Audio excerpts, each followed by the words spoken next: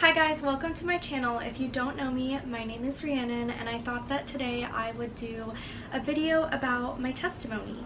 This Sunday at church we were talking about the woman at the well, and the verse John 4:39 stood out to me that said, "Many of the Samaritans from that town believed in Jesus because of the woman's testimony."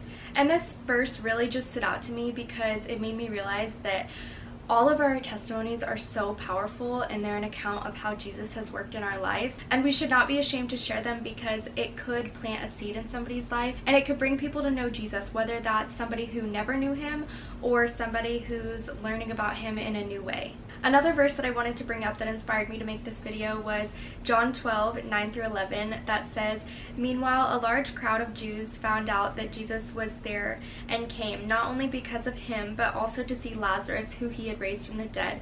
For on account of him, many of the Jews were going over to Jesus and believing in him." So once again, from Lazarus's testimony, people were believing in Jesus. And so both of these verses just made me want to film this video. If you see me looking over at my computer throughout this video, it's just because I have notes written down so I don't forget anything. Also, I'm really hoping Milo stays here with me the whole video. This is my sweet little guy. I just love him so much. So for some background information, I did grow up Christian, but we're gonna go even further back. It is a miracle that I even exist. My parents went through years of fertility treatments to have my sister, and after years and thousands of dollars of fertility treatments, they finally got 4 viable embryos, and they put all 4 embryos in, and my sister was the only one to survive.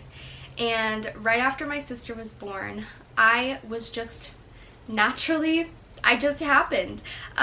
So they don't even know how that happens. They say it was a miracle because they were told that they could never have kids, and they went through years of fertility treatments to have my sister, and then I just kind of happened. So knowing that, my life verse is John 15:16, which says, "For you did not choose me, but I chose you."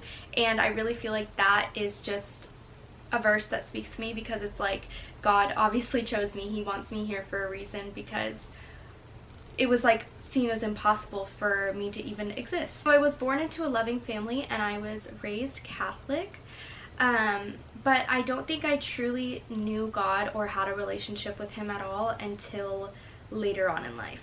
I had a very healthy and loving early childhood, but all of the trauma happened when I turned 9. So when I was 9 years old, my mom passed away from an accident, and some backstory about this accident: a plane crash happened around the same area the same night. So all of the first responders were at the plane accident site, so nobody was coming out to help us, and so it took them like an hour to get out there. So the one paramedic that was there, him and my dad were switching off, doing CPR on my mom because it took them like an hour to get there. Well, I guess the moment that they think she died, my dad and the paramedic both saw a bright flash of light, kind of like a bluish flash, come from her and go up. And they both saw it, and they both, tried to reason it away, thought, what was that? Maybe that was a flashlight, whatever, but they both saw it, and later were like, that was really strange. About a year after my mom died, all of the weight of grief and being a single parent really caught up with my dad, and I was separated from my dad for a little bit, and I really think that was for the best because he needed to have his cup filled in order to pour into ours, because you can't pour from an empty cup. My mom was the stay-at-home mom, she was the homemaker, so all of a sudden within an instant of one night, my dad was thrown into having to learn how to raise 2 young girls, having to learn how to cook, how to have the house clean, how to also provide financially for the family, and everything he had ever known, going to work, that was his life. He ended up having to quit his job to fully be able to take care of me and my sister because we were so young, and that really isolated him a lot, and just all of this weight of all of this really came down on him. So I was separated from my dad for a bit, and that was very traumatic for me because my dad is my everything. And then a little bit after that, my dad's dad, which was my granddad, died of old age. He lived a long life, which was really good. But what was really weird was we knew he was dying because he was on hospice. He was really old. But when we went up to visit him for the last time, he was seeing my mom and Jesus standing in the room with us, and nobody else could see them, but he was just adamant that they were standing right there with us, and he was telling us how beautiful they were. And he died shortly after, but he saw them before he passed. That happened when I was in the 6th grade, and then the summer after 6th grade was when a friend of mine and my sister's ended up taking his own life, and that really hit us, especially me, very hard, because not only was this boy our age, but also his death was self-doing, and I didn't know what suicide was. That was the first time I learned about it, and that really brought me into a very dark place. To this day, that was the darkest place I have ever been in mentally, and it was the first time I experienced depression. And I have so much empathy for people who struggle with depression because it was no joke. It was the scariest time of my life. But it was also the first time I realized that I had the spirit of discernment within me. And I didn't necessarily know this because, like I said, I grew up Catholic, but I didn't know Jesus. I didn't know the fruits of the Spirit. I didn't know any of this. So while I had this spirit of discernment in me, I wasn't consciously aware that I had it. I just knew that when I was going through this time of such a dark depression, there was this voice coaching me through it. And I know that was Jesus. But I was able to discern the voice of the enemy and the voice of Jesus and know which one has the best in mind for me and which one is the enemy and I should not listen to, and I should push it out of my mind. And when those inner conflicts were going on, I would hear Jesus's voice, push that to the side, don't listen to that voice, listen to my voice, focus on me. And I didn't necessarily know it at the time, but now as an adult looking back, I know that my spirit was discerning the voice of God and the voice of the enemy. My spirit was also rebuking the lies of the enemy, because anytime the enemy would try to come in and say something negative, my spirit would rebuke it and push it out and say, no, I don't accept that. And this really reminds me of a story in the Bible that gives me a lot of comfort, and that is, Satan can be scary, but we don't need to be scared because God is in control and God's got us. So when Satan was tempting Jesus, he could tell him to jump off the roof, but he could not physically push him. And that really comforted me, because I knew that, while the enemy can tell me to do these things, he cannot make me do something, and Jesus is my protector. And this was the first time that I really learned empathy and thinking outside of myself and to other people, because I remember going to school and feeling so sad and so sick with anxiety, but nobody else knew. And I remember sitting there in the classroom and looking around and thinking, what are all these people going through? What if all of these people are also going through something like this and I don't know, because nobody knows that I'm going through this? So that was really the first time I think I learned what empathy was. And Jesus fully and completely pulled me out of that time. He did it all on his own. I was in constant dedication to prayer 24/7, and he completely pulled me out of that dark pit. No therapy, no medication. And don't get what I'm saying twisted. I fully support therapy and medication. I think it is the most helpful thing ever. But what I'm saying is my testimony that Jesus fully on his own healed me of that. And that was the darkest place I've ever been in, and he pulled me out. And something I hate is when people say that mental health struggles are a lack of faith in God, because that is not the case at all. While Jesus has the full ability to heal people, and in my case he did heal me, there's also times he has the full ability but he chooses not to heal people, and that's not because he's not good, but because there's a bigger thing going on. He's trying to teach something to somebody. He's trying to grow somebody through something. There's a bigger picture, and I think that medications and therapy are very, very helpful and very useful. So Jesus might not always heal, but that doesn't mean he doesn't have the ability to. So the weight of all of this really took a toll on my sister at this point, and she started struggling with her mental health. And for me, it made me feel like I had to be strong. I had to be the glue for the family, because I felt like my family was being plucked off one by one. First it was my mom, then my dad, now my sister. Am I gonna lose her to suicide too? It felt like I was the last man standing, and I had to be the glue, and I had to be strong. And I really emotionally shut myself off to not let others worry about me. But all of this made me really struggle with anxiety all throughout high school. And then when I was 16, a friend of mine invited me to her Bible study, and that was the first time that I ever heard the message that Jesus wants a relationship with me, that it's not about religion, but it's about relationship. I learned that he's not just this big scary sky man that's seated on a throne far away and he's some tyrant, but that he's a humble and gentle friend and father that's right next to me.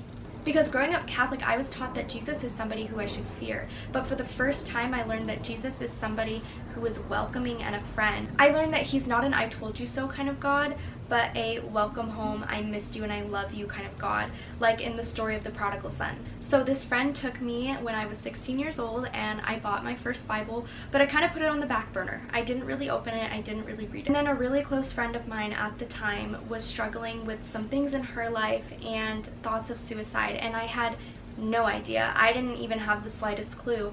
But I remember this one night I got home from school and I just had this overwhelming sense of, you need to text her right now. Something bad is going to happen if you don't send this message right now. And I remember my thumbs were typing just so fast. I couldn't even keep up, and I didn't even know what I was saying. To this day, I couldn't tell you what I said in that message. And I believe that's because it wasn't me. I believe it was Jesus using me as a vessel to get a message to. But I typed this long message, I hit send, and immediately it was like I could breathe. And I thought, okay, that was really weird, don't know what that was about, but whatever. And she just responded like, thanks, with a smiley face emoji. Didn't think anything of it. Well, 6 months later, she ends up telling me that everything that was going on in her life really came to a head that day, and she had decided that she was going to take her own life that day. And she did not believe in God, and she was pouring pills out in her hand, and she was about to take them. And from what I remember, the story she told me was that she basically said, God, this is your last chance. If you're real, you have to prove it right now, because I'm about to take these. Like, this is it. And then her phone dinged across the room, and it was my message of whatever I said. That was a long paragraph, and she put the pills down and I guess just cried. When she told me this 6 months later, I had chills that were sent down my spine. I saw Jesus working for the first time in my life and thought, oh my gosh, that was Jesus. I didn't know what was happening to me, why I was having that overwhelming sense of I need to text her right now, and why I didn't remember what I said, but now I get it. That was Jesus, and that really caused me to want to look even more into Christianity. So because I was Catholic, I was doing Lent, and for that year I decided to give up social media. Well, then COVID hit. So I was stuck at home, completely isolated from the world, no social media, no leaving my house, and I was bored to death. I was literally so bored, and I had nothing better to do than finally open that Bible that my friend and I had bought and read it. I didn't even know how to read the Bible. I didn't know where to start, so I ended up just starting at the beginning in the book of Genesis, like how you read a normal book from front to back. And that was the first time I really read the Word of God. And that's when I also learned what lukewarm Christianity was, and I felt so convicted. And I realized for the first time that, oh my goodness, I've said I'm Christian my whole life, but am I? I haven't acted it. I haven't had a relationship with God at all my entire life.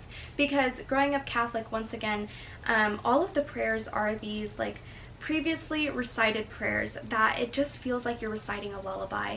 And for some people it can be very genuine, but for me and a lot of people I noticed in my church, people would just mindlessly say the word. They didn't even necessarily know what they were saying or know the meaning behind the prayer, but they were just like these set prayers. Like you said, everybody said the same Our Father, Hail Mary, the same dinner prayer, the same nighttime prayer, and it was like these were these prayers that you just recited like a lullaby.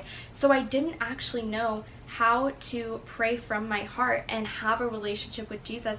And so learning about this concept of lukewarm Christianity, I felt so convicted, and I felt like, oh my goodness, I've said I'm Christian, but like I really am not. I don't act it at all. I don't have a relationship with Christ. I don't know how to talk to him. I don't know how to pray. I don't know how to do any of this.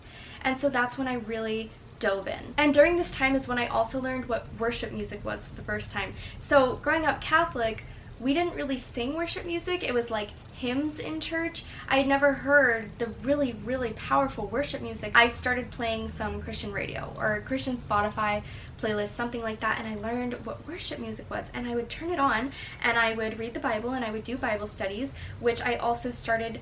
I didn't know what I was doing, but I was just doing my own thing, and I started doing it because I would see some Pinterest pins of people like journaling in their Bible, and I thought, that's really cute, I want to do that. So this kind of started a whole thing where I would literally Bible study and listen to worship music for hours every single day, hours and hours and hours, all day long until the sun. I was seriously on fire for Christ. I was in a constant state of prayer. I was reading my Bible for hours every day. I was worshiping, and I was doing the whole 9 yards. It all came crashing down when my boyfriend at the time broke up with me. And he was my first ever boyfriend. It was my first ever heartbreak, and I was so heartbroken. I was so angry at God. I was so sad, and I felt like I was unworthy of God's love because I was so angry at him. And I really fell away. I stopped reading my Bible, I stopped praying, I stopped listening to worship music, and that was kind of when the pandemic lifted. So from that point on, my senior year of high school, I kind of just said I was Christian but didn't act it, and I was really mad at God. Then I came to college and I made the decision my freshman year to get baptized. And then I found my church home my sophomore year of college because a sweet friend of mine invited me to church, and then she began discipling me. And it was through her discipling me, as well as the Bible studies I would attend through this church, that I actually learned how to pray, how to worship, what to do. And I remember being at the church for the first time and seeing people lifting their hands in worship and thinking, this is so weird, what is happening? Like, I'm not gonna do that. And I remember thinking, like, these people pray so fervently with so much power behind their prayer. I don't know how to do that. So I made the decision to follow Christ when I was baptized my freshman year, but it was a slow rekindling of this relationship with Christ that was through the discipleship and the Bible study and this new church that I was attending. And I was slowly learning these biblical truths about who Jesus actually is and who he is not. And I learned that Judas saw Jesus' teachings, he heard his sermons, he saw his miracles, but Judas hadn't given Jesus his heart, and he ended up betraying him. And I realized, that's where I'm at. I know all the knowledge about Jesus, I've seen him work, but I haven't given him my heart. And some of the struggles that I was facing at the time that I think were holding me back from fully running after Jesus at full speed was, number one, I was struggling with demonic attacks in my sleep.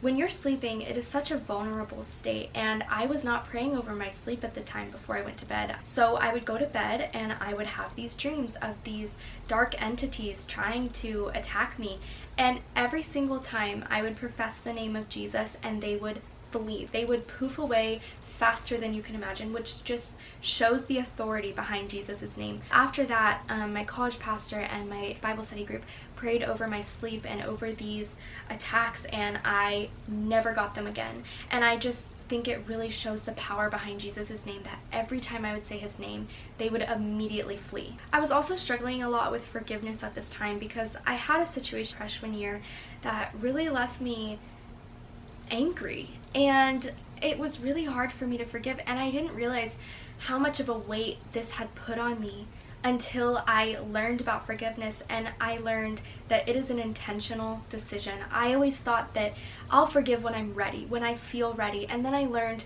you're never going to fully be ready.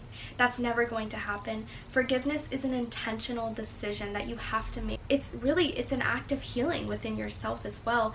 And this doesn't mean that you have to rekindle relationships with abusers or toxic people or exes, but it means that you view somebody as just another child of God and you don't view them as what they did to you. It took me a long time, and it also took me asking Jesus for help, asking Jesus, I don't feel ready to forgive. I don't want to forgive forgive, but I do want to, so please help me. Please soften my heart. Please help me to forgive. But finally, I did forgive, and it was like a weight lifted off of me. And the last struggle of this time that I was dealing with was a relationship that was not centered on Christ. Me and my boyfriend at the time were both Christian, and we both loved God, but God was not in the center of our relationship. And I think we said we loved God, but we didn't fully act that out in our lives. We were both hurting each other so much, and I just remember hurting so much, and I asked Jesus, please take this from me. If this is not your will, then please take it. And immediately, I kid you not, within 5 minutes, he broke up with me. I was like, oh, all right, God, that was the fastest answered prayer I've ever received from you, but got it. I remember sitting on the plane ride home because this happened on vacation, and the song Egypt came on, and it just spoke to my soul, and I just started bawling because of the goodness of God. And it was the lyrics, you stepped into my Egypt, you took me by the hand, you marched me out in freedom into the promised land. Now I will not forget you now, I'll sing of all you've done. And that just hit so hard, because if you know the story, all of the Israelites were kept as slaves in Egypt, and God stepped into Egypt and marched them out into freedom. And I really felt like that's what he was doing. He stepped into that relationship and he marched me out. And now I don't want to get any of this wrong. He is and was a wonderful, amazing, lovely person. But the breakup needed to happen because it was not centered on Christ, and we were both hurting each other, and we both had so much to learn about and grow before we could be together. And the breakup was so needed because both of us truly found that relationship with Christ from being alone. And we are in a much better place now that we were actually able to find Christ and center our whole lives around him. The biggest lesson that I learned through this breakup was that I should be fully dependent on Christ, and no one else should be in his place. No relationship, no parent, no friend, nothing should be in his place, because that is idolatry, and human beings are going to let us down, but God never will. I always imagined my life that I had to get married someday to be happy, that if I was not married, then I would not have a fulfilled life. And while I still have that desire, I want to be a wife and a mom so bad, more than anything. I learned that that should not be a requirement for a fulfilled life, that I should have a fulfilled life with Christ, and then if Christ brings that into my life, that is just an awesome bonus, an overflow of my already filled cup, but I should not rely on that to be happy. So once Jesus broke all of those chains, I felt like I was fully able to run after Jesus at full speed, and I did not stop for anything. So that brings us to the current day, and where I'm at now is understanding the peace and the joy that Jesus fills me with. When I was raised Catholic, it was always about the end goal of getting to heaven and avoiding hell. But I learned that it's not about the end goal of getting to heaven. It's about having a relationship with Jesus now and experiencing the peace and joy that he can fill you with now. And that really convicted me, because I felt that, if I was only doing stuff for the benefit of getting into heaven and not because I genuinely just loved Jesus because he was good and kind, then in a way it kind of feels like I'm using Jesus, I'm using him for his benefits. I'm using him for what he can give me, which is heaven. But I want to love him just because he's good, because he's kind, because he died for me. We shouldn't be worshiping for a blessing, because the cross was our blessing. And I still struggle with anxiety because of childhood trauma. That's always going to be a part of my life because of it physically impacting the chemistry of my brain. But Jesus lifts me out. Whenever I feel anxiety coming on, I worship and I pray, and he takes it from me. I also learned that my identity is not in anxiety, my identity is in Christ. I used to think that I'm just an anxious person, and that would give me this excuse to, I can act this way because I'm an anxious person. I can think this way because I'm an anxious person. And it really gave anxiety authority in my life. But I learned I'm not an anxious person, I'm a person with anxiety. And anxiety does not have authority in my life. It might be something that I struggle with, but it is not something that I'm going to bow down to. Anxiety might make me scared to do something, but I still need to do it. I'm not going to say no and bow down to anxiety and stay away and not do things because of it. For example, this video is really vulnerable and really scary to share. I'm anxious about sharing it, but I'm not going to bow down to that, and I'm going to share it because if this can even just bring one person to know Jesus from my testimony, then that's why I'm posting this. I also learned how to shift my mindset. So I used to think of praying to Jesus like he was some kind of genie in a bottle that could grant me 3 wishes. And I would pray, help me get an A on this test. Well, girl, if you didn't study, that's yourself. He gave you free will. And I used to pray this way, but then I learned the way that Jesus prayed. Jesus did not pray for the Father to take away his trials. He prayed for the Father to provide him strength through the trials. He knew he was going to get crucified, and he knew that that had to happen to fulfill prophecy. So he didn't pray for God to take it away because he knew that was part of his plan. But he asked God to be with him in that time and to give him strength through that time. Jesus didn't come to take away our trials because he didn't even take away his own crucifixion. And it's not because he didn't have the ability to. It's because everything serves a purpose. Just like in the movie Inside Out, if you've seen that movie, every single emotion serves a purpose. And sadness, the character Sadness, was like this outcast, and people were like, we don't like you, that's a bad emotion. But the whole movie follows the fact that sadness is a needed emotion. Instead, Jesus came to sit with us through those trials and provide us comfort and make a way through them. Jesus didn't remove the Red Sea, but he parted it. I also learned the lesson that people should be using a highlighter in their Bibles, not white out, because I think a lot of Christians, myself included in the past, when they would read something in the Bible that they didn't like or didn't align with their life, they would just skip over it, pretend it didn't exist, use white out on it. But sometimes the Bible is meant to offend you because it's calling you to do better. It's calling you to something higher. He has the full ability to completely rewrite people's stories and radically change them. And that's shown as Saul, the killer of Christians, turned into Paul, Christian, disciple, and writer of a lot of the books in the New Testament. It's shown in Joshua 2, Rahab the prostitute, but then Matthew 1, Rahab, the grandmother of the Messiah. It's shown in the story of the woman at the well, and it's shown in my life. Jesus rewrites stories. So wrapping this all up is just the fact that Jesus is so good and so kind and so gentle and so loving and merciful and gracious, and he is good, and he has been so good to me. And some people might question, how can you say that with everything that you've been through? And I say that because not even Jesus himself could escape trials. For example, the storm in the bow or his own crucifixion. Trials are going to happen. Not even the Son of God could escape them. But he was faithful to me and always provided and always brought me through every single time. And that reminds me of the verses in Matthew that says, why do you worry about anything? He dresses all the lilies of the field, how much more will he clothe you? He watches over every single sparrow and feeds them so that they don't starve. Why do you think he wouldn't provide for you? So that is my testimony, and it's still going on, but I know that Jesus is my Father, and I love him, and I just want everybody to experience the peace and love that he has brought to me.